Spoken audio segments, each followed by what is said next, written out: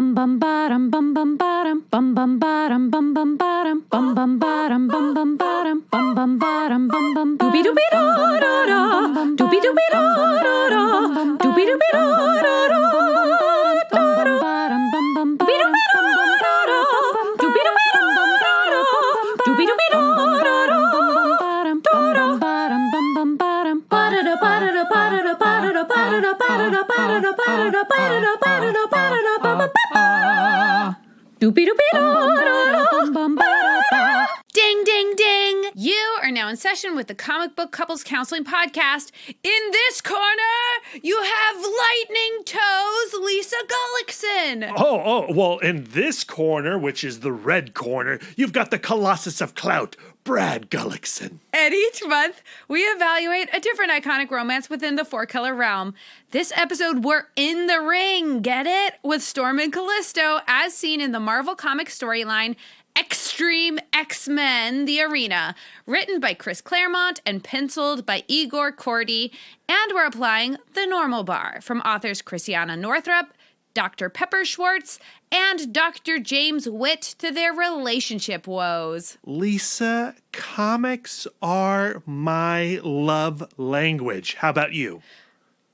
I don't know if you know this about me. This is terribly intimate of me to share, but comic books are also my love language. Then boy, do I have a t-shirt for you. Thanks to @ElliotComicArt, we now have our own CBCC t-shirts. How cool is that? It's super cool. Tell the people how this came about. So recently we had commissioned a few pieces from Elliot. He does these, comics, read one today. Those classic adverts that you see at the top of spinner racks, he adapts them to your wishes and whims. And we had him do one that featured Swamp Thing, Hellboy, Don Greenwood, and She-Hulk.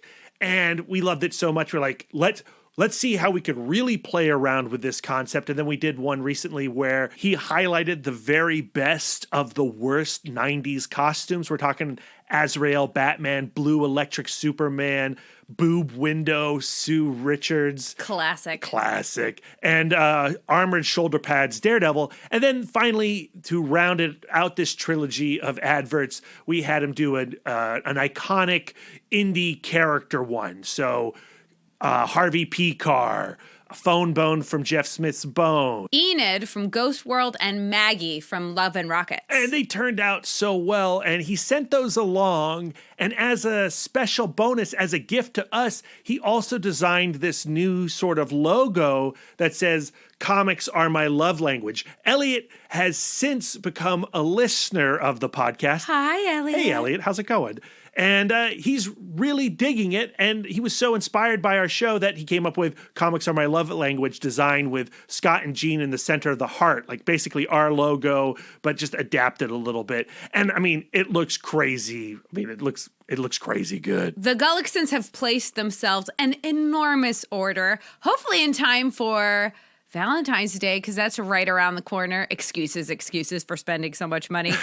But they are also available to you, and we really want you to go grab them. Yeah, you just have to jump on over to his TeePublic page. We'll put a link in the show notes where you can support him and us by putting us on your body. Actually, not just your body. You can put this logo on your coffee mugs, stickers, magnets, notebooks, hoodies, backpacks, totes. Make sure that you get the ones with the official CBCC stamp, because some of the designs have the stamp, some of them don't, and we would appreciate the representation. Yeah. We are not getting any kind of kickback. No. Yeah. This is strictly for Elliot, by Elliot, but also for us, because it helps spread the word of CBCC. I actually included CBCC merch on my vision board for 2020. Right.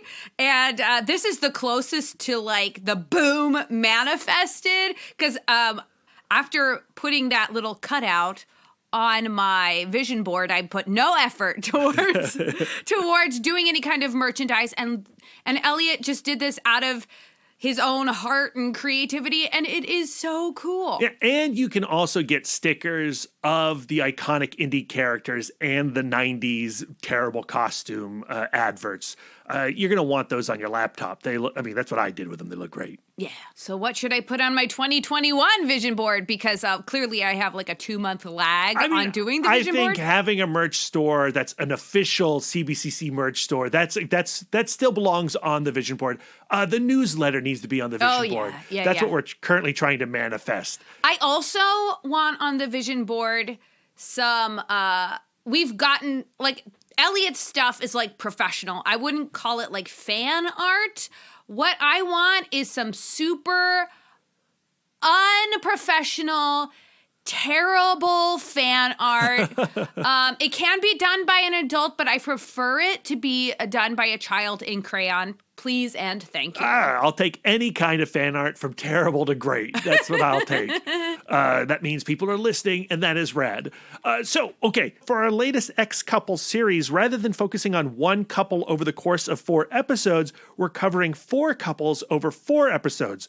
Last week, we discussed Shatterstar and Richter as seen in the miniseries Shatterstar Reality Star. And this week, we're zeroing in on Storm and Callisto as seen in the early aughts ongoing X-Treme X-Men. It's not X-Treme X-Men, Brad. It's X-Treme X-Men. You have to put the extra because that's what makes it hard. X-Treme X-Men might be my least favorite title of any X book. The main reason being I don't think you can properly enjoy this title without a case of Mountain Dew or snapping into a crate of Slim Jims. And guess what? Lisa and I don't drink soda or feast on processed meat anymore, so we may not just be able to properly understand this title's vibe. Maybe that's it. Maybe that's why I don't like it. We are the least X couple of any couple. Not X, but like extreme. We're not extreme. We're not X's because we're still together. Yeah. And we're not X-Men because unfortunately we are baseline.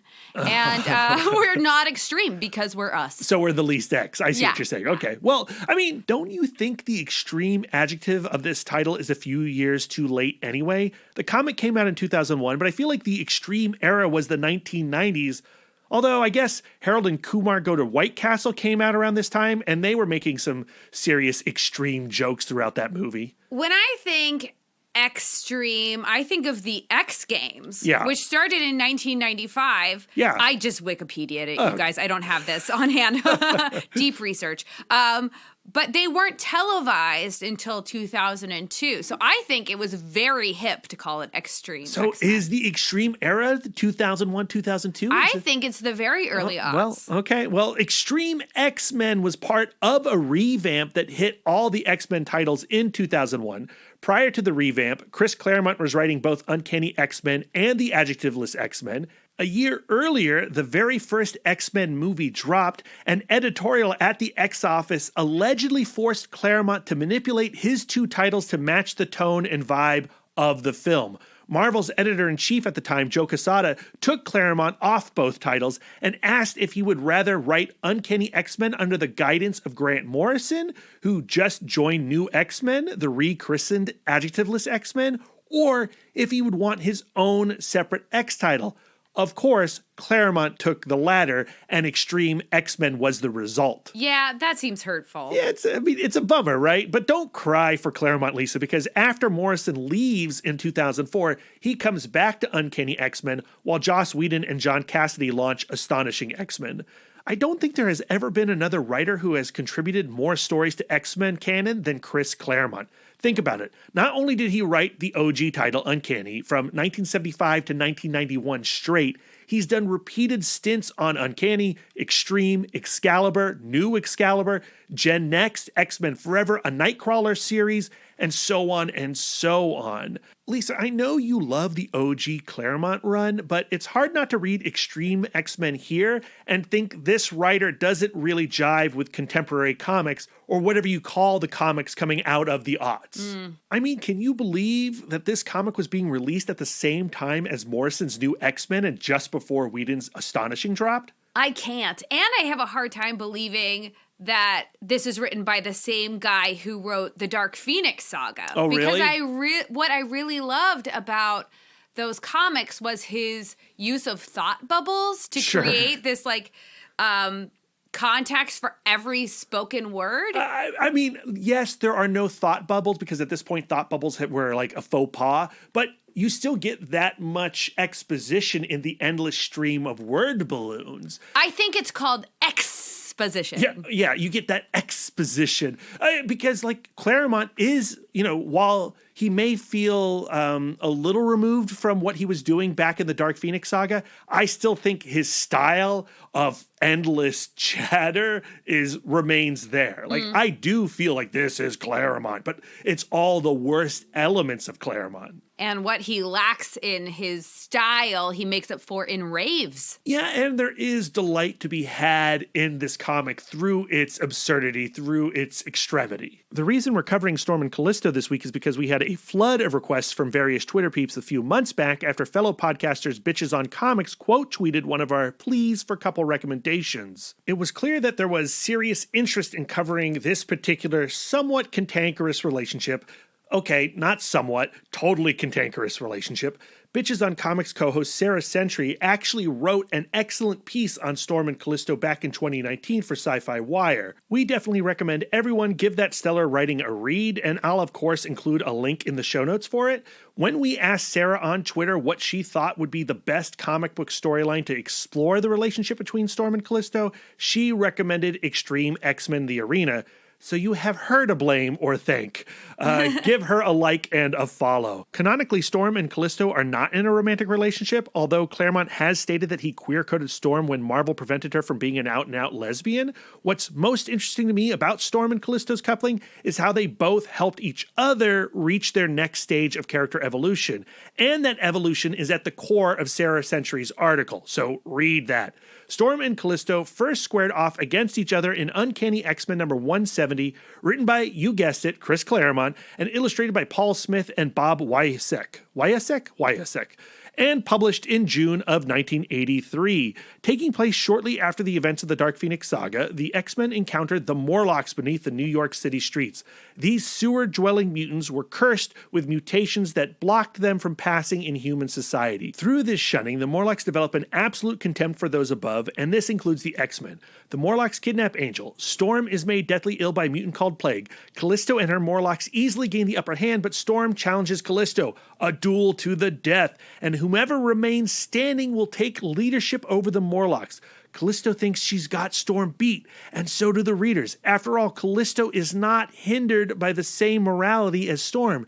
She'll pull her punches when Callisto won't. Surprise, surprise, Storm plunges her knife into Callisto's chest, killing the Morlock leader and taking claim of the underground mutants. From this point forward, Storm enters a much darker mindscape. This is where her punk mohawk look comes into fashion.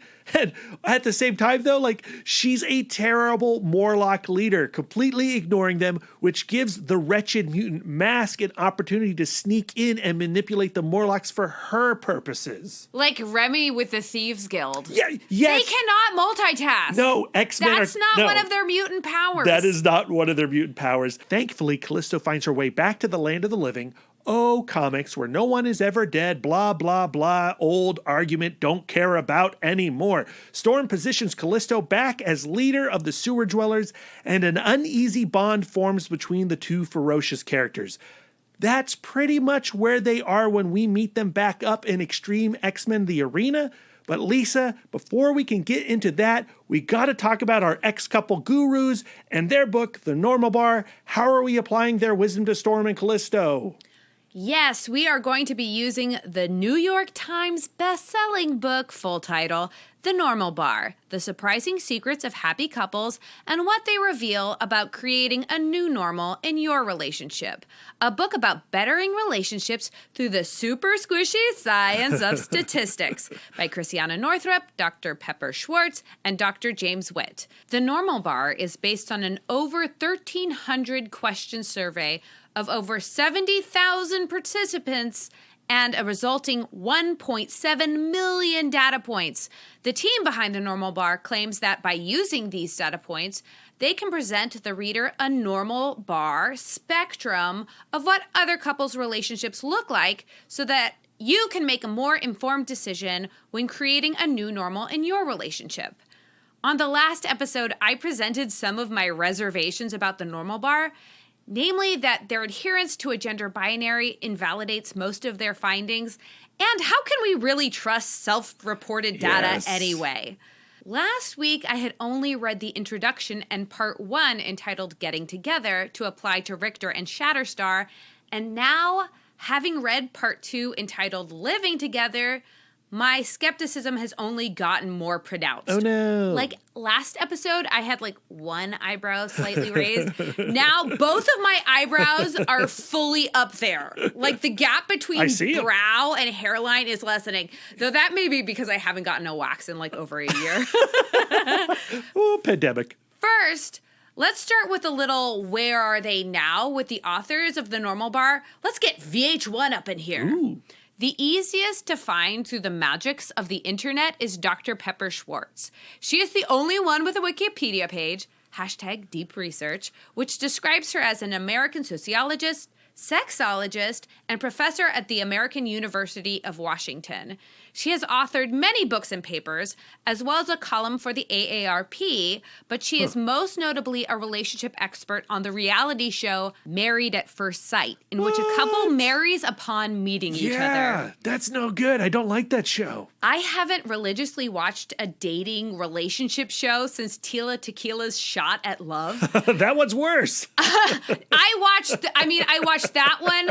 I watched the guy from Guns N' Roses. Yeah. I watched I Love New York. Yeah, I watched all that stuff. I was way into it. I stopped watching them, not because I wasn't interested, but because I was too interested. Yeah, that's the same reason I stopped. Dr. James Witte seems to be still doing more or less what he's listed as doing in the About the Authors page, which says he's a professor of sociology and director at the Center of Social Science Research at George Mason University. Hey! B and my alma mater. Go Patriots. I guess. Not really. I don't care. No nostalgia for my college. No, me neither. Chrisanna Northrup, whom we got to know from the introduction as the brain mother of the normal bar concept, is the enigma of the group. The About the Authors page says she is the CEO of You Got Challenged, Inc., a customized online program that motivates people to change their normal to a healthier one. But I can't find any evidence of it, with the exception of the Normal Bar website, where the survey seems to still be up. I think I said last week that it was down, but that's because I was using the link in my ebook. It says that they are still collecting information for a follow-up book, The Normal Bar, for singles and dating. She does have a Twitter page, but she seems to have removed herself from the public eye since 2017. Interesting. Yeah. Which is her right. Yeah. Here are my current pet peeves about the normal bar beyond just distrusting self-reported data. I'll admit I hold relationship books that seem to make scientific-sounding claims to a higher standard than, say, Common or Lindsay King Miller of Ask a Queer Chick, because they're openly speaking from their own experience and what they've found to be true in the context of their own lives. Yeah, so this is saying, like, this is data. These are hard facts. Exactly. The normal bar is presenting the facts of their data, so I would hope that they would support other claims in their book pertaining to advice with data from other experts. My qualms are threefold.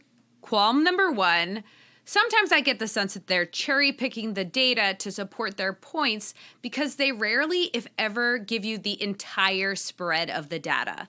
There are charts, but they are often charts with the least intriguing information. Qualm number 2. Like almost every relationship book we've read thus far, they include anecdotes within the chapter like, Marianne and Steve have been married for 17 years and have a disagreement about laundry. But who are these people? In Esther Perel's Mating in Captivity, we knew her examples were her patients and her counseling practice.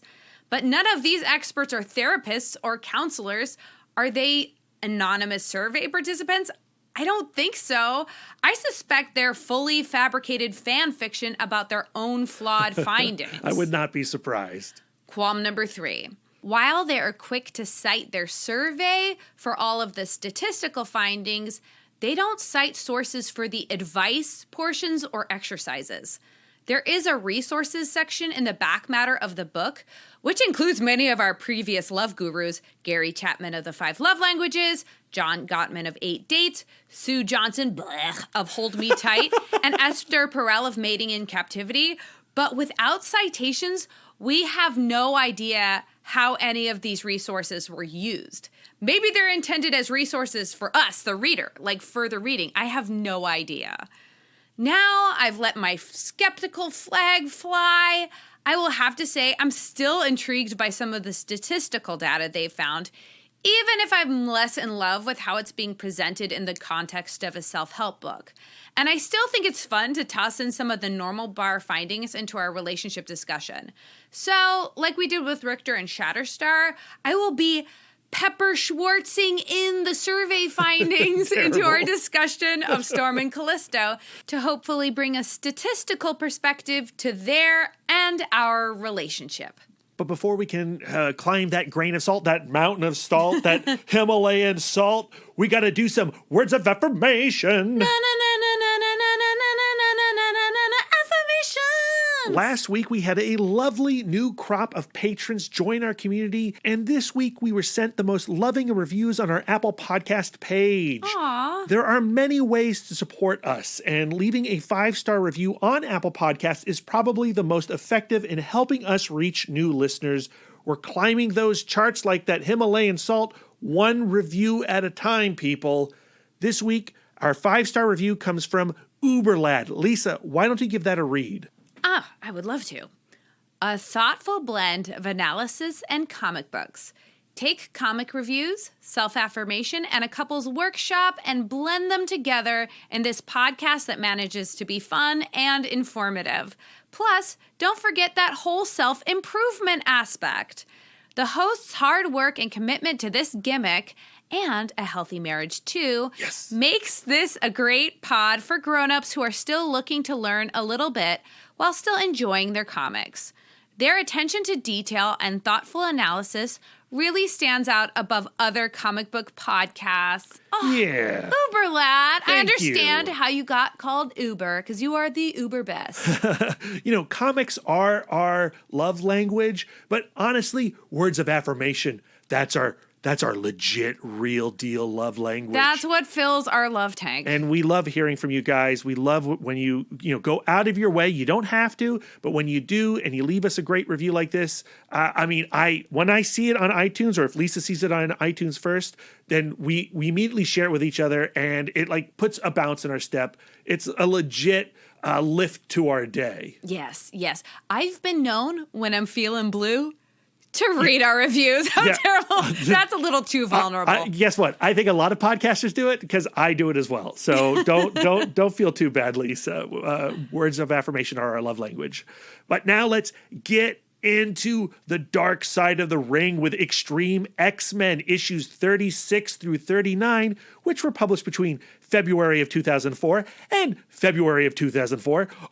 Yeah, that's right. You heard me. That's not a typo. At this point in time, the comic was being published weekly, and that might explain why there are 7. Whoa! Yes, 7 inkers on this book. Chris Claremont is the sole writer. Igor Kordey is the sole penciler, but the inkers are Scott Hanna, Sandy Florea, Igor Kordey again, Mark McKenna, Andrew Pepoy, Norm Rapmund, and Josef Rubinstein. The colors are provided by Transparency Digital, and the letters by VC's Russ Wooten. Special shout out to cover artist Salvador Larroca. Here's the plot synopsis taken straight from Goodreads. Storm takes center stage in this special story, taking her on a journey of self-discovery. Ororo Monroe, the weather-wielding mutant goddess, ventures to a faraway realm and makes startling discoveries about herself when she's forced to endure a brutal combat in a fight-or-die gladiator ring. Vague. Yeah, it's definitely that. I also think it's interesting that they refer to it as a quote-unquote special story, as if it was an after-school special of some sort. Oh, you know, Brad, that special time in every woman's life when she begins to get these strange urges in her belly that she just really needs to get into a gladiatorial ring. I mean, I certainly think that is what Roger Corman and Chris Claremont think happens in a woman's awakening. Like, they are big fans of arena combat. And you know what? I'm a big fan of arena combat. And I like how this comic starts off with this character, this shadowy figure emerging from a dark corridor. A gate is rising. They are entering the arena. We don't know exactly who it is at the start. Although, guess what? Spoilers. It's Storm. Storm is entering the arena. And then we flash back. And I don't normally like stories that introduce you into a tense point of combat or like stuff's about to go down, and then let's kick it back. But what I like about the arena is they repeat this first page for every first page of every issue in this arc. It works for me. And each issue, she's a little bit further down that corridor until we finally get to see her in full, covered in those like tribal those tattoos. sigils. Yeah. I initially was like, no, not this trope again. But by the second issue and by the third issue, I was like, yeah, I'm down for this trope. I would like the text that goes with the trope changes each time, but only a little bit. Some of those phrases keep returning. The cheering of an impatient crowd and that they need to see their star. And like, I feel like this is a side of Storm we don't really see anywhere else. I've never read a dedicated Storm title, but to me, she always has seemed kind of above the glory. But in this series, she's like, I just need applause. I need to be the center of attention.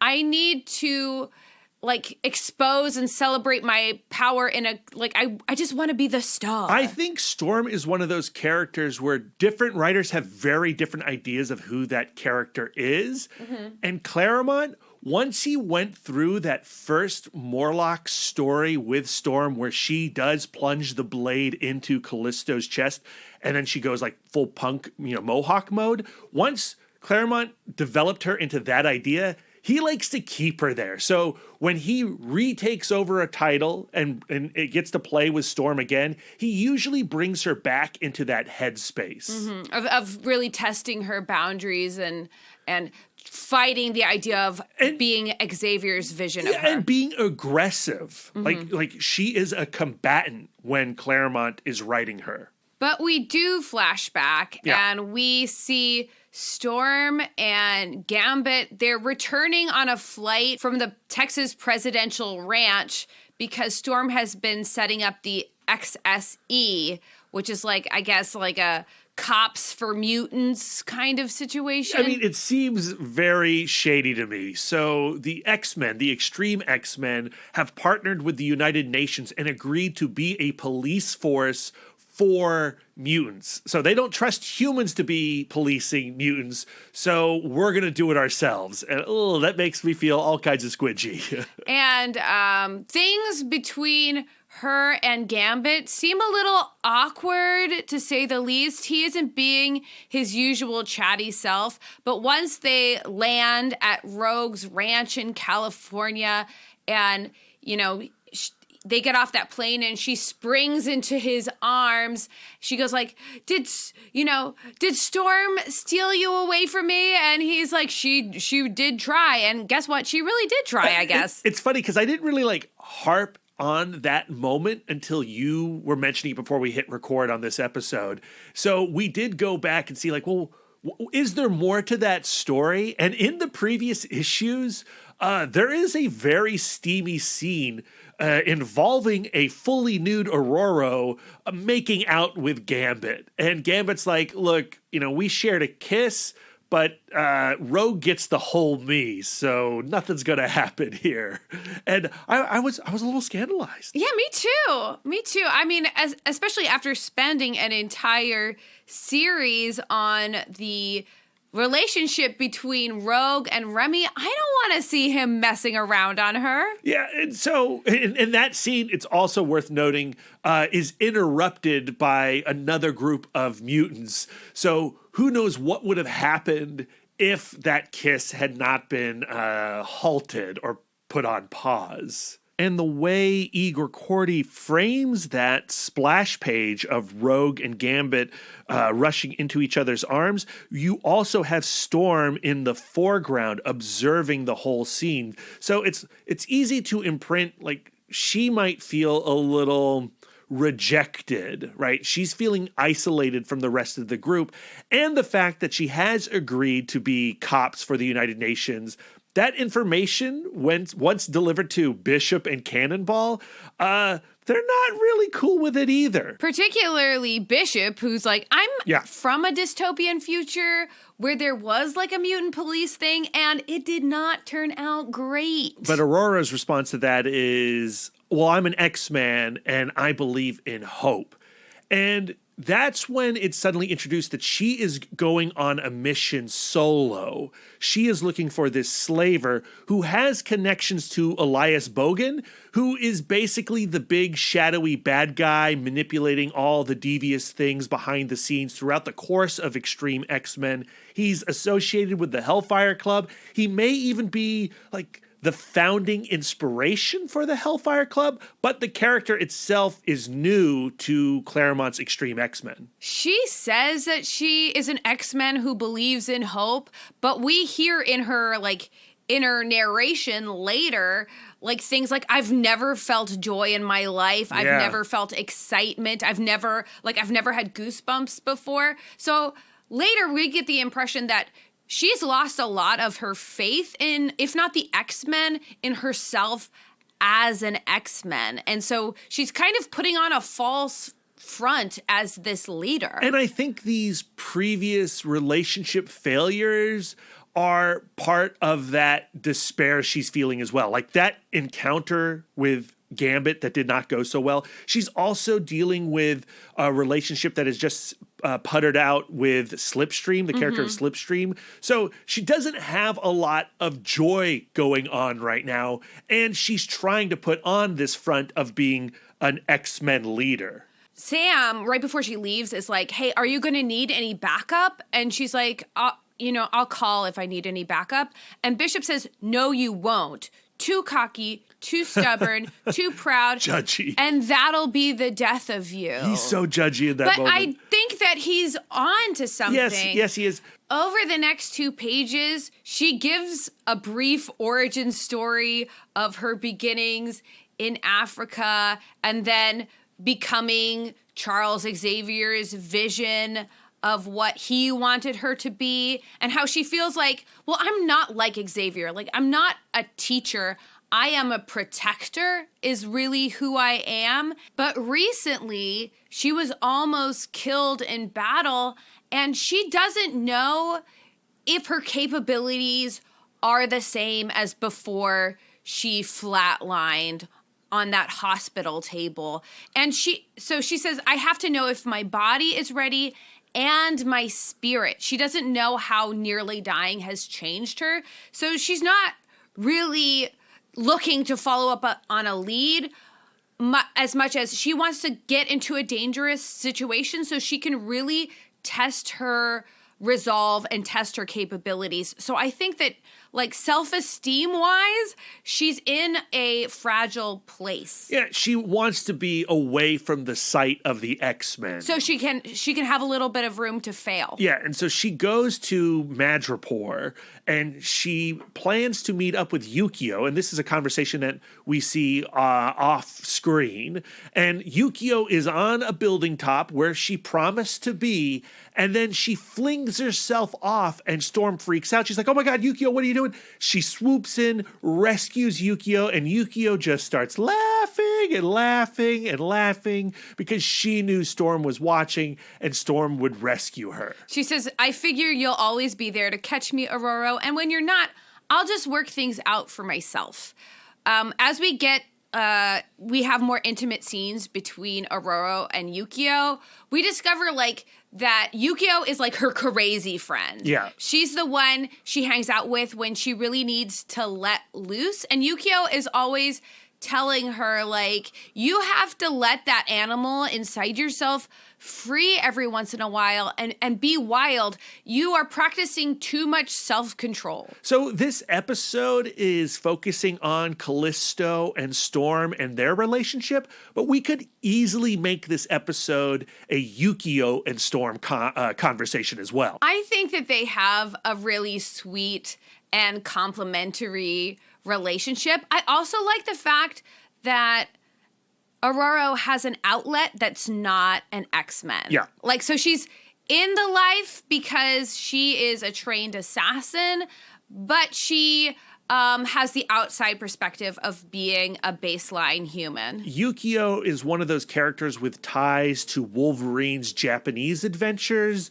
She was originally hired to assassinate Wolverine, but of course, when you go to assassinate Wolverine and you enter combat with that guy, you kind of develop a crush on him. You want to get lost in those mutton chops. Yeah, you want to give him a little bit of a scratch. And so she hangs on with Wolverine. And in hanging on with Wolverine, she meets his fellow X-Men, and she develops a relationship with Storm. Yeah, they're buds. And apparently that slaver thing, not that important because they've planned to go dancing and have a night on the town before she gets down to that serious XSE business.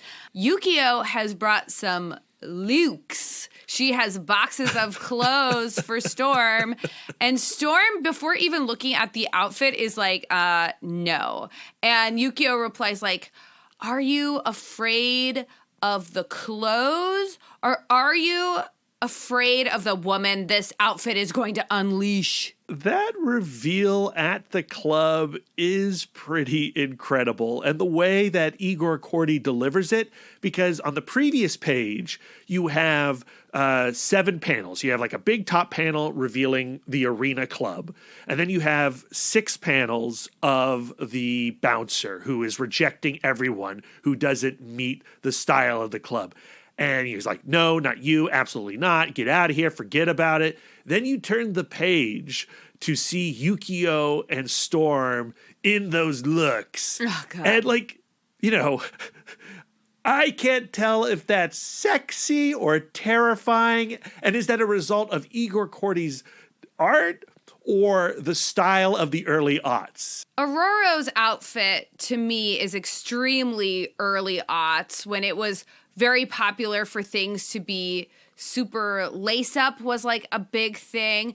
But also, this was the time of the super low-rise jean. Yeah. So any of my elder millennials out there, like going and trying to have a day in high school when you're wearing super low-rise jeans and a midriff shirt, where it's just like, how am I supposed to be paying attention in AP US history when my butt crack is out 100% of the time? But like, what I think is super crazy about Aurora's outfit is not only do you get the butt cleavage in the back, but the way it laces down so low in the front. Yeah. Like, I feel like there's a threat of having some cleavage in the front, and I'm not talking her boobs. Yeah, I know. And that material appears to be rubber. Neoprene. Is it neoprene? Neoprene? Yeah, okay. Yeah, I guess it could be neoprene. But it's intense. It's an intense splash. Like, when you turn that page, you are slapped with it. And it does feel like, whoa, some goddesses have arrived. But it's so intense that I'm like, I gotta step back. It's ugly. The looks are ugly. I actually really like the look of the woman in the background to the left of Ororo, where she has like kind of like a purple, like furry coat. Like she's wearing a purple cousin-it. Yeah, and then she has like a matching wig. I think that looks really cool. And the guy to the left of Yukio is wearing the pirate shirt from Seinfeld. But I do like the necklace that Aurora is wearing. It's like a full-on collar. And if you go into, it's based on like Maasai warrior attire. If you go back into Igor Kordey's notes and his sketches, he does go over several of the designs for her outfits and breaks down all the pieces. Oh, that's so and cool. He did do hundreds of outfit sketches for this run in particular. So he was very keyed in on the fashion of the day and what someone like Storm would be wearing. Because these looks do look like they are ripped off of America's Next Top Model or something Tyra Banks was wearing or Heidi Klum or Amon. But would Igor Kordey make it to the next episode of Project Runway? I'm not so sure. But it's really important that Storm go out feeling that she looks her best. And do you know why, Brad? Why, Lisa? 88% of women and 75% of men said that their appearance directly affects their daily happiness and productivity. Yeah. I know that's 100% true for myself. For me as well. In relationships of 1 year or less, 13% of couples say they wish their partners would put more effort into their looks.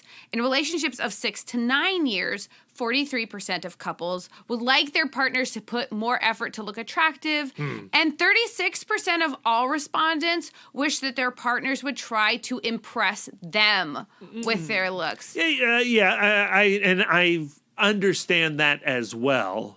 Yeah, like especially if you're going out, and part of making it special is to perhaps put on a cute new outfit and do your hair really nice. And sometimes I know that there have been times between you and I, Brad, where I'll get dressed up for something, and then you will wear the same old hoodie. Hoodie, and how are these cargo shorts? Let's go to dinner. We look great. No, I agree with that. And I understand it, and I think that is something that I am taking more and more into account the further into our relationship we go. I don't know if I'll ever be able to pull off the looks that Yukio and Storm deliver here. Me neither. And I have never, even in my young single days, I've never I never felt confident putting an outfit together that specifically looks sexy. Like, that was never my in with someone. What I would do is I would come across as like, look how super cute and chill I am. Right. And then that's how I would seduce them. Well, neither of us are clubbers. We don't go out clubbing, so we wouldn't be in this situation that Ororo and Yukio are in. There is a long chapter in the Normal Bar about maintaining your looks for your partner. And I'm not going to get into details, but I actually found this book super triggering and problematic. Because there's a difference between just, hey, let's put ourselves together. Let's make sure that we're taking care of our mind, body, and spirit so that you're fully present and excited for your partner. And trying to maintain how you looked at the beginning of your relationship, like meeting an impossible ideal. If you are in a relationship and it is ideal, like it is a till death do you part relationship and you're looking for something for the long term, you and your partner are not going to look the same at the end of your relationship, Aging is beautiful. Evolution is beautiful. And I've said it before, I'm going to say it again. Narratives are beautiful. The time that you spend together, the fact that you wear that on your face and you wear that on your body, and your body is just one part of your story, like all of that is sexy. And you have to be okay with your partner seeing you change. And that's something that I'm always working on. How much of how I feel about myself is still connected to a number on a scale. That's something that I'm trying to evolve out of, but it's a challenge. It's a challenge. But I have the confidence that Brad always finds me sexy. Absolutely. I mean, there is something incredibly appealing about change, about aging. There is an excitement to who your partner is growing into. And that is something we are often denied with comic book characters and superheroes in particular, because they have to stay sort of the same. You know, there's only so much evolution they're allowed to be. But when we do get jumps in evolution, like that is very exciting. Or like when you meet Old Man Logan or Old Man Batman, as you see in The Dark Knight Returns, like you're like, oh, look what Bruce Wayne could be. Like that's part of the appeal of those stories. I love the idea of a comic book that is being told in real time. Yes. And you see the character age every single year. Lisa, you got to read Chip Zdarsky and Mark Bagley's Spider-Man life story. Oh, yeah? Where You have told me that about takes him from teenager to old man. And I mean, that is an incredibly thrilling adventure. And they're going to be doing it upcoming with Fantastic Four. They're going to do a Fantastic Four life story here in May to celebrate the 60th anniversary of FF and the Marvel Universe. How exciting. Yeah, like I want more of that. I want the Boyhood of comic books. Yes. Oh my gosh. Richard Linklater doing a comic book. I want to see it. Please. Yes. It's going to be so long. So long. But Lisa, we haven't even gotten to Callisto yet. We got to get to Callisto. But I'm not even ready to leave the club scene yet. Oh no. Because once she's in the club, Storm becomes intrigued by this exhibitionist vibe that they've got going on in there. Yep. And she seems really turned on to the idea of people looking at her and her being part of a performance. Have you seen the Russell Crowe, Denzel Washington movie Virtuosity yet? No. Where Russell Crowe is an AI that has somehow gotten out of the computer and he's in an artificial body, and he's a serial killer. He's a serial killing AI. And one of the first things he does is he goes to a club, and at that club, it looks very much like the arena where they have all these screens, and he loves watching himself on the screen. And you get a big Virtuosity Russell Crowe vibe from Storm. Oh, really? Moment. That sounds like my nightmare. It's, well, yes, it does sound like your nightmare, but it's Storm's pleasure, and it's streaming on Amazon Prime. Plug to Amazon Prime. Well, once they finally get away for a little bit and they find a private booth, Storm is like, I cannot remember the last time I had this much fun. And Yukio is like, do you ever let yourself have fun? And Storm is a little offended. But then Yukio says, you called me for help. Right. So now, like, we think that Storm came here to follow up on this slaver lead for Bogan. But in this conversation, it sounds like she's here to sow some wild oats with her buddy Yukio. Yep. By the end of this book, I find myself super confused about Storm's motivations for being in Tokyo in the first place. Well, one, I think she is confused herself. I mean, we talked about how she is in this cloudy state, pun intended, when she leaves for Tokyo. I said Madripoor earlier. I realize I should have said Tokyo. It's in Tokyo. Oh, thank you for being so transparent, my love. I thought we were just going to redo that little part. If I don't say we're actually in Tokyo and not Madripoor, we're going to get so many emails correcting me. So we got to say it's in Tokyo, not Madripoor. I know that. But to your point, I think she is confused. I think she is a confused individual. And when she gets to Tokyo, she needs her friend, and she does need release. Yeah, to me, I go, is she confused or is she lying? And I realize that there are like many shades of gray in between. Yeah. But I think to the other X-Men, she does want to still appear to be this, like, I am all business. Mutant affairs is my number one priority, while to Yukio, she wants to appear like, I'm fun and spontaneous. Well, the joke's on her because she goes to have some fun at this party and live the Virtuosity Sid lifestyle. But guess what? There is an actual arena with some bad stuff going on in this club. And you know what she says to that bad stuff? Give me a piece of that. I want in. So when she dives into the ring and she dons that like bird mask, that demonic bird mask, that's her best look in this entire comic. I love that costume. That completes the outfit. How have I never seen this cosplay? It's so strong. Because it requires a lot of carving. There's some serious craftsmanship there. Long story short, Storm intercedes under the conceit that, hey, I've got to stop this violence. Musclehead is going to kill Silkworm.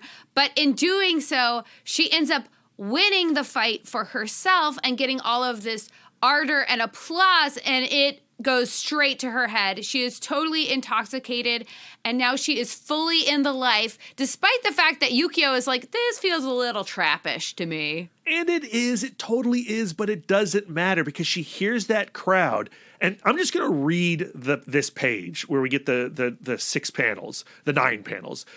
Storm says, I can't hear anything but the roar of the crowd. As they chant my name, it gives me goosebumps. In my whole life, I've never had goosebumps. Such a silly thing to herald so profound a response. As the cheers crack the cage I built around my soul, passion embracing passion, we turn to the most epic of all epic splash pages. I don't even try to dodge the tiger that leaps free. I want to ride it. And that splash page is it is pure nightmare. Like, I've never seen a Storm image like this as she bolts forth from the arena, flying north, flying, I guess, through the roof of the club, it looks like. The expression on Storm's face is terrifying. It's angry. It's joyous. It's rage. It's passion. It is both hideous and incredibly attractive. It's why you read this book for this splash page. Scottercoom! She's gone full tigress. Yeah, she looks yes. Animalistic. Bestial, yeah. And I do love that Scaracoom transparent sound effect going right over her cleavage. Yeah. But but it's clear words, so we can get still. Full boobs. We got them. We're not missing them. Yum. Later, Storm's high has completely worn off. She's back in Yukio's apartment, and she is brooding, and the brooding has affected the atmosphere, and we're having some cloudy, stormy weather. And we get some more exposition from Storm saying that she came to Tokyo at the behest of Colonel Vazhin to infiltrate the global combat mutant subculture. So now she's there because she was supposed to infiltrate the arena? So it's not at all what she told the X-Men she was going to do. Or Yukio, who is like, hey, my friend needs a little chummy time and we're going out clubbing. Things become even more complicated when that night, while they're sleeping, Guido, Strong Guy, their former teammate, stomps into the apartment, starts to wreck the place, and reveals that, hey, Storm, you do not want to actually get involved with this arena. It is a incredibly abusive atmosphere. But hey, Storm knows this. That's why she's here, Guido. She's not going to listen to you. By winning that bout between Silkworm and Musclehead, she has now become the official champion of that arena, and that comes with certain responsibilities that she could technically get out of if she decides to walk away, but walking away would disenfranchise a whole bunch of lower level fighters, including Guido, who is trying to dissuade her from joining the fight. But in doing so, he's like, and I'm going to end up on the streets, just another penniless slave to this culture. And so she decides, against Yukio and Guido's advice, to accept her role as champion. And there's like a little nice ceremony with her and Koga. And she's like, so I'm accepting this championship. Does anybody want to face me? Does anybody want to take my title? And that's where we get the entrance of Callisto. We're nearly an hour into this episode, and now we're going to talk about Callisto and her wild tentacle arms. Did you know, Brad? Yeah.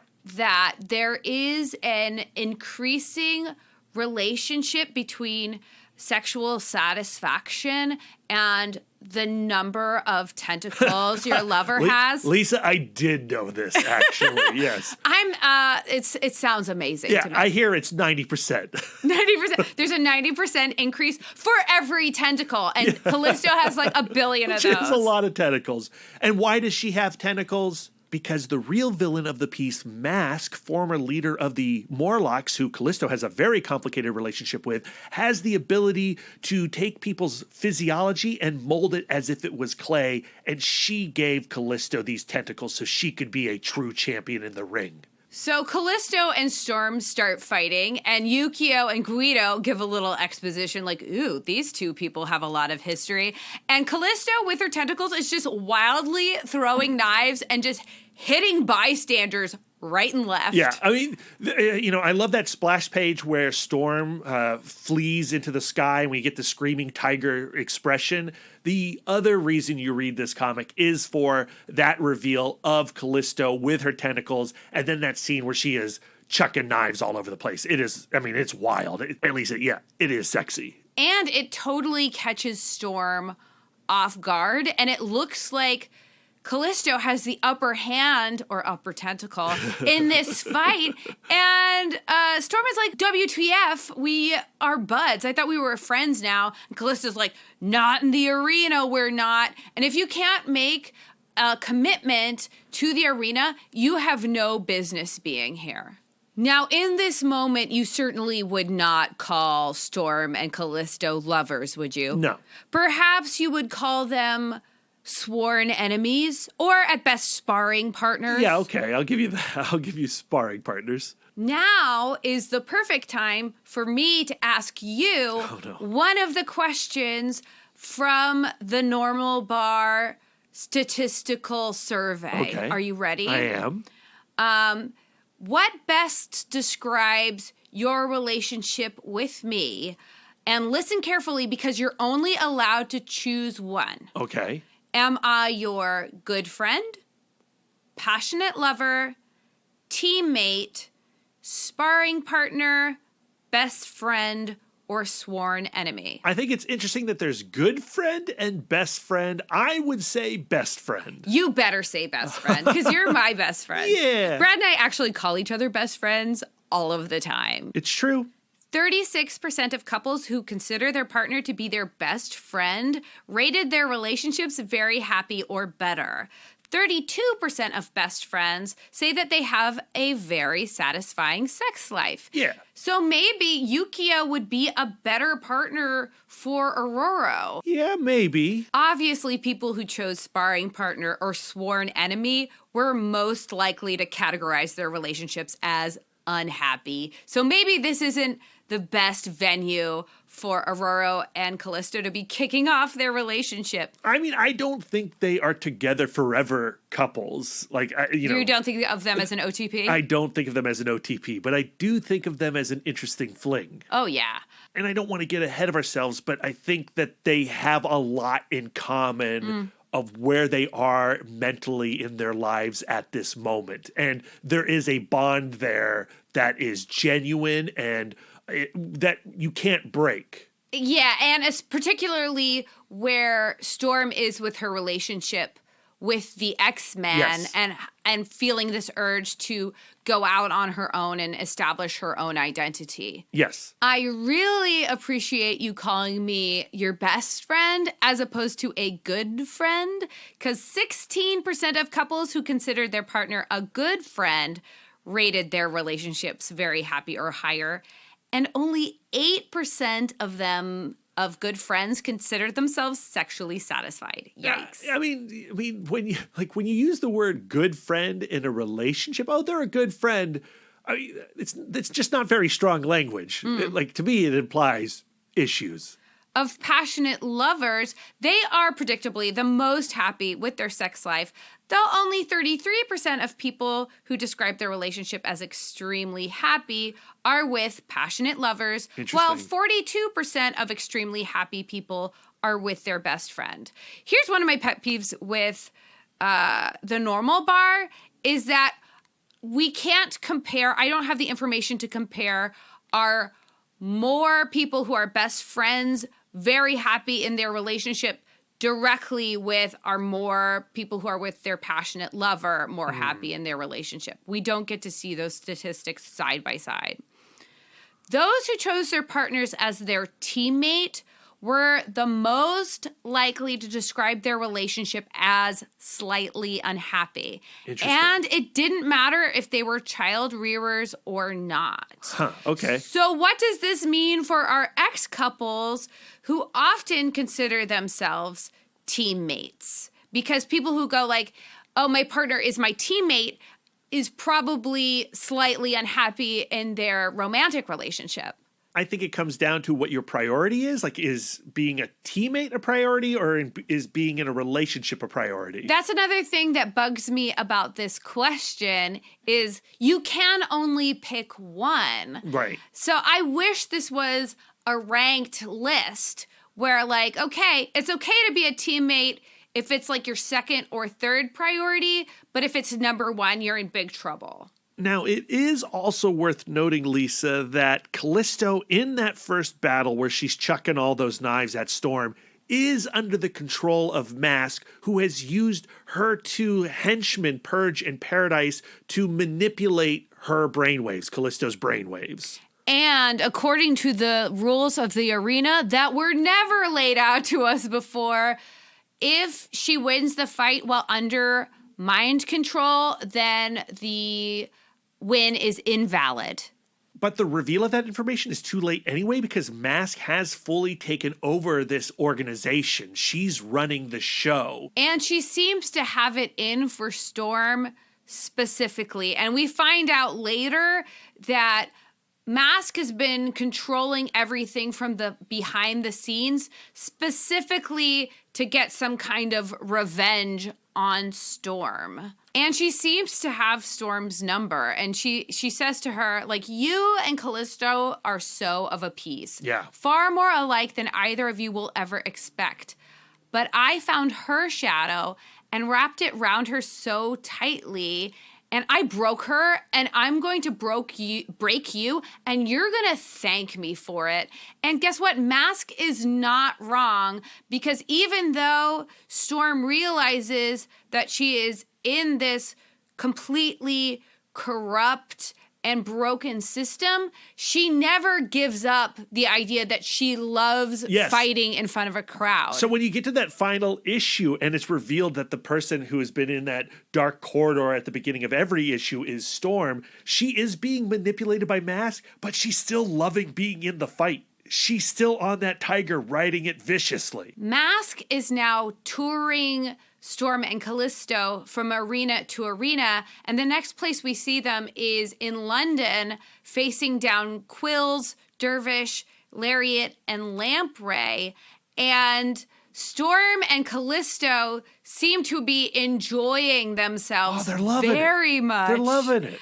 But Storm knows that Mask is going to make them pay for it later. So on the surface of being a champion in the arena is a lot of glitz and glamour, but behind the scenes, they're being tortured, they're being thrown in dungeons, and they're being treated as slaves. I think there's another splash page early on in the fourth issue that's worth noting, and it's when they are having a blast destroying these other mutants in the ring. And Callisto, has Storm lifted over her head using all her tentacles, and Storm is wrapped up all in them tentacles. Yeah, she is. And Mask in the corner, dressed in like a Mad Hatter attire, is not enjoying the pleasure that Callisto and Storm are having in the arena. Because this is supposed to be Mask's revenge, and she can't enjoy her revenge if they're enjoying it. So she finds another way to get her satisfaction, and so she starts negotiating with Tullamore Vogue, who's the slaver from all the way back in the first issue. So maybe Storm has been on task this entire time. I have no idea. But Mask later tells Storm that she offered Vogue her and Callisto as a pair, but Vogue only wanted Storm because he has some kind of grudge against her. And Mask asks Storm if she'll worship him, and he says yes. We do get a shot of Mask negotiating with Tullamore Vogue. And do you see that he has those two gimps at his feet, all wrapped up in leather on dog leashes? Did you know that according to the Normal Bar, 86% of all men and women are intrigued by kinky sex? That's 78% of women and 94% of all men. If we split people into two genders, which is not a thing, 83% of women consider their partners just right, 11% felt their partners are too prudish, and 6% felt that their partners were too kinky. Compare that to 39% of men who think their partners are too prudish, while 1% consider their partners too kinky. Yeah, it's interesting. I was going to say I'm not really into whips and chains and stuff. But then I'm like, but Brad, you really do like Callisto with all those tentacles, so... Well, they never actually define what kinky sex is. So does it mean my partner needs to have 1,000 tentacles or drag me around on a leash? Or does it just mean like a position other than missionary? I mean, I guess so, yeah. Out of the norm, whatever norm is. And while the Normal Bar gives that result from the survey, they never contextualize that with more information or go into the gender politic ramifications of men feeling entitled to controlling the sex, the way that their partner wants to have sex with them. To me, it comes down to the way women are socialized to please their partner. So if a woman says, I'm not satisfied with the sex that I'm having with my partner, it somehow reflects poorly on her, like that she is not creating an environment in which good sex can happen. Where when a man says, I'm not satisfied with the sex that I'm having with my partner, it says something bad about her. So either way, the blame about sex never falls on the man. This is an instance where I would have really loved to see a side-by-side comparison of homosexual couples versus heterosexual couples. When you take that gender politic out of the bedroom, when you're having sex with someone of the same gender, are you more likely to be satisfied with the level of kink in your relationship? The Normal Bar, as you present it, does feel incomplete. Like the whole spectrum is not being covered there. They never go into the deeper implications of what these survey statistics actually could indicate or actually mean. All they're like is, hey, women, try to stay in shape. It's like a 200-page Cosmo article of how to please your man. And with that, you fully condemned the Normal Bar, Lisa. I did. We're still using it for 2 more episodes. No, just 1. No, 2 more episodes, Lisa. No. 2 more episodes.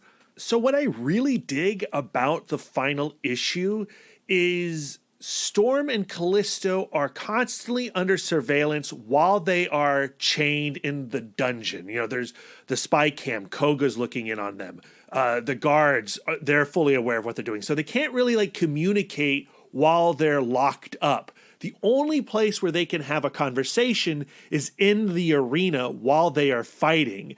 And that adds another layer of excitement and titillation to their relationship as they are back-to-back as champions. We know from our last episode with the Normal Bar with Richter and Shatterstar that the main ingredients for romance are privacy, novelty, and surprise. There couldn't possibly be a hotter date for these two. Yeah, absolutely. Yeah, agreed. Yeah. And since we're both coming into this story as Storm and Callisto shippers, this is the moment where you're like, okay, it's happening. We're bringing all our history from the early Claremont stories to this moment. It's very satisfying. And the results of their conspiring are a success. Yes. Which means that they have good communication. And guess what, Brad? Oh no, here comes some stats. 30% of people who consider themselves to be unhappy in their relationship list better communication as their number one desire. I mean, we talk about communication all the time on this podcast. I think if there was one running theme throughout the entire 2 years of this show, It's communication. But that is also the broadest possible thing that you can say. Yeah. Just like they don't define what kinky sex is, they also don't define what communication is. A lot of the times when we're talking about it, we're saying expressing yourself, expressing your inner desires, right? But communication can also be physical communication. It could be email communication. We have no idea what they mean by communication. But okay, so I already said 30% of unhappy people, number one desire, better communication. Compare this to the desire of persons who consider themselves extremely happy in their relationship. Do you know what their number one desire is? I don't. It's nothing. They desire of nothing. Well, lucky them. La-di-da. For the men, the second most listed desire was sex, and for women, it was communication. Okay. So their first desire was nothing, but if you make me go on, it's more sex and more communication. Do you know what the exception was? No. France. Their number one issue was lack of affection. And I think Remy would agree with this. That's From Rogue, because they're not allowed to touch, though, in this timeline they are. falling into stereotypes there. Normal bar.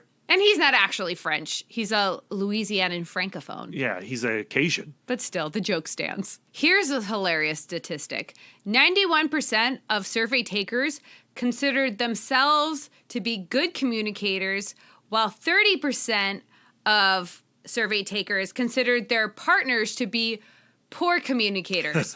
So there are relationships of people who consider themselves a good communicator, while they consider their partners a poor communicator, but it takes two people to communicate. So what evidence do you have if that you're a good communicator if there's no communication happening? Though 78% of same-sex couples consider their partners to be great communicators, which is another area, that and back rubs, if you listen to our last episode with Richter and Shatterstar, where homosexual relationships are doing better than heterosexual relationships. To wrap up the arena narrative, while Callisto and Storm are plotting against Mask, Guido and Yukio have partnered with Koga to form a rebellion of the arena fighter. Koga tricks Mask to go into Lila Cheney's quarters. Who's Lila Cheney? Dude, we do not have time to get into Lila Cheney. You look it up on Wikipedia. They're in the quarters. Koga asks Mask for a partnership. Mask says you got to seal the deal in blood. Offer up Yukio. Storm slit her throat. Storm slits Yukio's throat. But wait a minute. She doesn't actually. So Mask leaves, leaving Poster Boy and Purge with Koga and Yukio and the fighters and all that.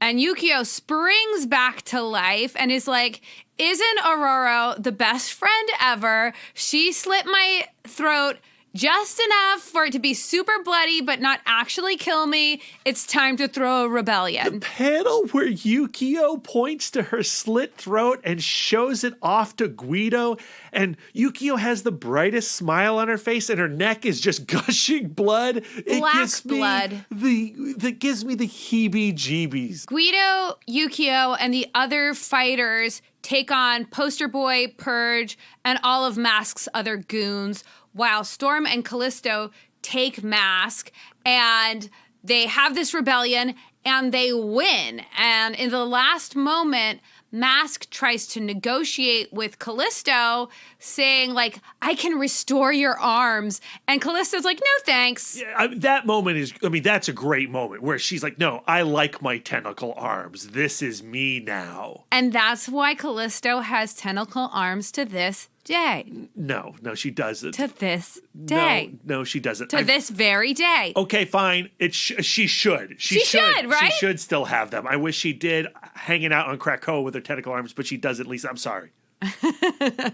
But in this moment, the final moments when she says, no, look, I am perfect, but you, dear, you could use a little work, and her tentacle picks up a piece of glass, a little shard, and goes to jab it in Mask's face, and we have a panel of the exterior of the club, or of the skyrise, and we hear the scream of Mask, but we don't actually see what Yukio, Storm, and Callisto do to Mask. Do you think that Mask can do her own, like can mush her own face? Yeah, she can. Okay, so whatever they do, it can be super painful but moot because she's just going to be like, I'm Marilyn Monroe again. But super painful, Lisa. And it's more about the fact that these three women just go to town on Mask's face. Yeah. Right? Like it's a heroic moment, question mark, but it is a victory.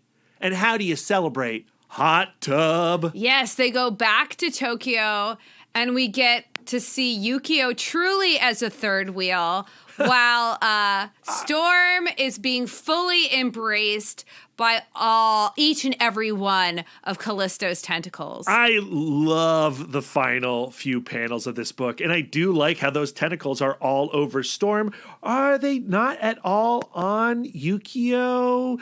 No, it does not seem like Yukio gets any tentacle love. Though we know from our previous episode and the normal bar, Storm and Callisto can get used to the idea of the amount of PDA they show to decline over time. Oh, come on. Let's just enjoy this moment, Lisa. Look at me being a total Yukio, sitting in between you and the amazingness that is this hot tub scene. I mean, the scene, like, it is a great final page. And, you know, Yukio does feel like a third wheel in the way that she's introduced in this page, right? Because the first panel at the top of the page, you get like a full-on shot. I guess it's Callisto's point of view looking at Storm. Storm's head is enveloped in tentacles. She, you know, like what a journey we've gone on. The second panel at the top is Callisto now from Storm's point of view. And Callisto is looking like, you know, her engines are revved, tentacles up. And then the third panel is Yukio off to the side. And so she does feel a little bit like an invader of this moment. Don't worry, Storm and Callisto are going to have the opportunity to spend a lot of quality time together because Callisto has agreed to join Storm in turning the arenas into a safe haven for mutants. And not just the fighting ones, but all mutants. And what a perfect job for the former leader of the Morlocks. Absolutely. So, of course, Storm has to wrap it all up into a moral on this final page. And she says, what a journey. I came here as a favor for a friend. Did you? It was the friend Yukio? Or was it Colonel Vazin or whatever his name was? And see where I end up, thinking about building a private army. Oh, wait, that wasn't the moral. I just read the wrong quote. Here's the moral. Storm says, we all have it in us to be gods or monsters or even just plain folks, but we'll never achieve our destiny if we're afraid. And Yukio asks, like, do you mean mutants? And Callisto finishes Storm's thought and says she means everybody. So that's Storm's takeaway from the arena, Lisa. But what is yours? What are you pulling from this conversation, this relationship, this section of the normal bar and applying to your life? From the story of Storm in the arena, for me, the personal moral is you need to find outlets for every aspect of yourself.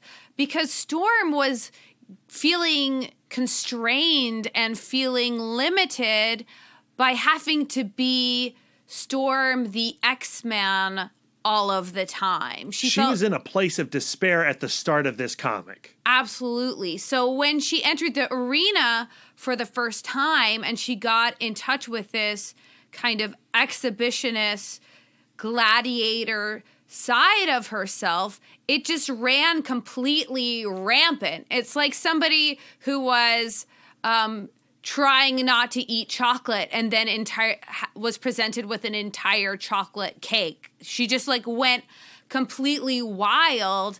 And I think that as she starts this new journey with Callisto, where she is kind of corralling all of these arena fighters and mutants and creating spaces where they can truly be themselves, either be fighters or just be mutants.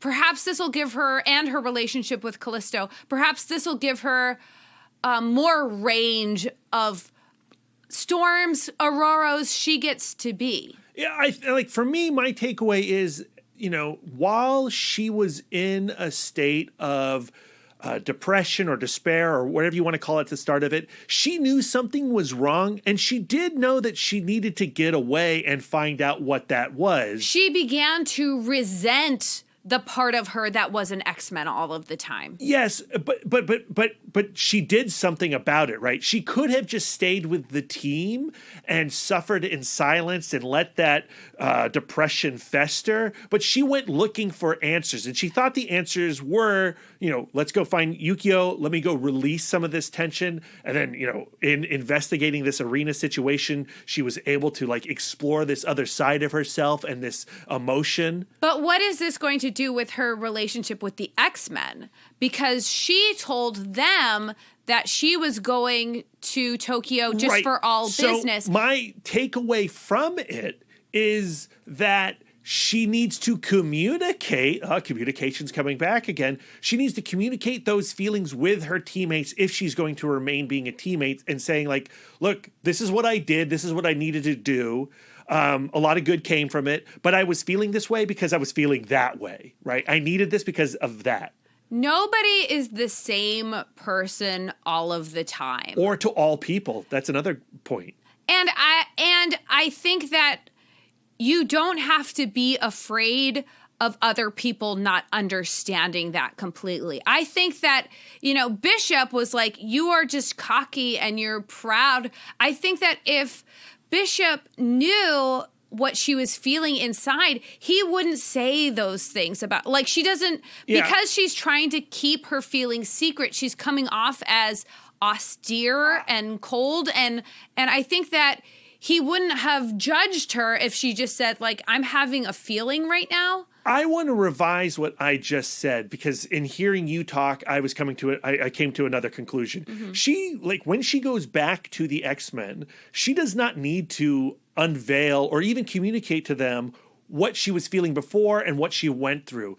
By going through this experience and now having this other avenue and having these other friends outside of the X-Men, she has exercise those feelings that were festering at the start of the comic. So she can still go back and talk to Bishop and be the leader and actually just behave the way she was before, knowing that she has this other place too and an other purpose too. But if they find out that she has this other place and other purpose, I don't think that they would ever resent her for it. And I think that that's what she was afraid of. She was afraid of, if they got the sense that she wasn't feeling confident or that she was feeling constrained, that would somehow diminish her in their eyes. And I think that we all need to give ourselves permission to create different environments for all of our different selves. More importantly, they need to get back to the conversation of being police for the X-Men. Yeah, because that's a terrible idea. And that was a real problem. That wasn't about Storm as a person or what Storm was feeling. It's about what Storm's decisions were. And so those decisions need to be addressed, especially between Bishop and Storm. What I'm learning from the normal bar is, at least for me, the statistic is not the end of the conversation, and a statistic is not a support of whatever. If you're going to say, okay, this statistic means something, it means something for 39 or 40% of men want the way their partners have sex with them to be different. Whatever you say that the reason of that is, that also equally has to be supported by science. I don't think that that's permission for you to then muse aloud what that statistic could possibly mean. What your mom always says is that statistics can be manipulated. Oh, yeah. I mean, the normal bar is a great example for your mother's case, right? Because clearly these statistics are not the whole story, but they're being used as if they are the whole story. And so my takeaway from the normal bar is you need to you need to check your statistics. And when people are throwing statistics at you, you need to know, you got to like examine the research that's going behind those numbers. And you also have to consider the source of the statistic. Yes. Because this was an online test Yes. that was on Reader's Digest and AARP. It's not a census. Yeah. This was a survey that people took on the internet on a whim. So you have to consider, who are the kinds of people who are interested in relationship surveys? Are you going to get a fair assessment of every single demographic on the entire planet? Yeah, certainly not the normal bar. So I have, just spoilers, I have already read the methodology section of the normal bar. It's like 3 pages, so it too is not a complete story, but I'm going to get into that on our next episode. I'm looking forward to it. And speaking of next episodes, what's the couple we're going to be covering? Ooh, that's your job. You tell me. Next week, X Couple Month continues, and Lisa, I promise you're going to enjoy it. Generation X, the 2017 era. That's practically the present. That's right. We're going to be covering the entire series. That's issues 1 through 87, Lisa. Oh, no. I should have started reading like way a long time ago. Don't worry. That's some legacy numbering silliness. It's actually just issues 1 through 12. Phew. All written by Christina Strain, and it's steeped in teenage romantic distress, but we're going to focus mostly on the romance between the characters of Hindsight and Morph. It's adorable, y'all. But it's time for us to leave this arena to get our matching victory tattoos. Oh no, tramp stamps! Brad, where can our listeners send their words of affirmation to you? You can find me on all social medias at MouthDork. If you have words of affirmation for our logo, you can send them to Aaron Prescott at A Cool Hand Fluke. And if you have some words of affirmation for our radical banner art, send them over to at Karen_X-Men fan. Lisa, where can our listeners send their words of affirmation to you? I am always accepting words of affirmation at Sidewalk Siren on Instagram and Twitter. If you'd like to spend more quality time with us, you can subscribe to us on Podbean, Spotify, Stitcher, YouTube, and iTunes.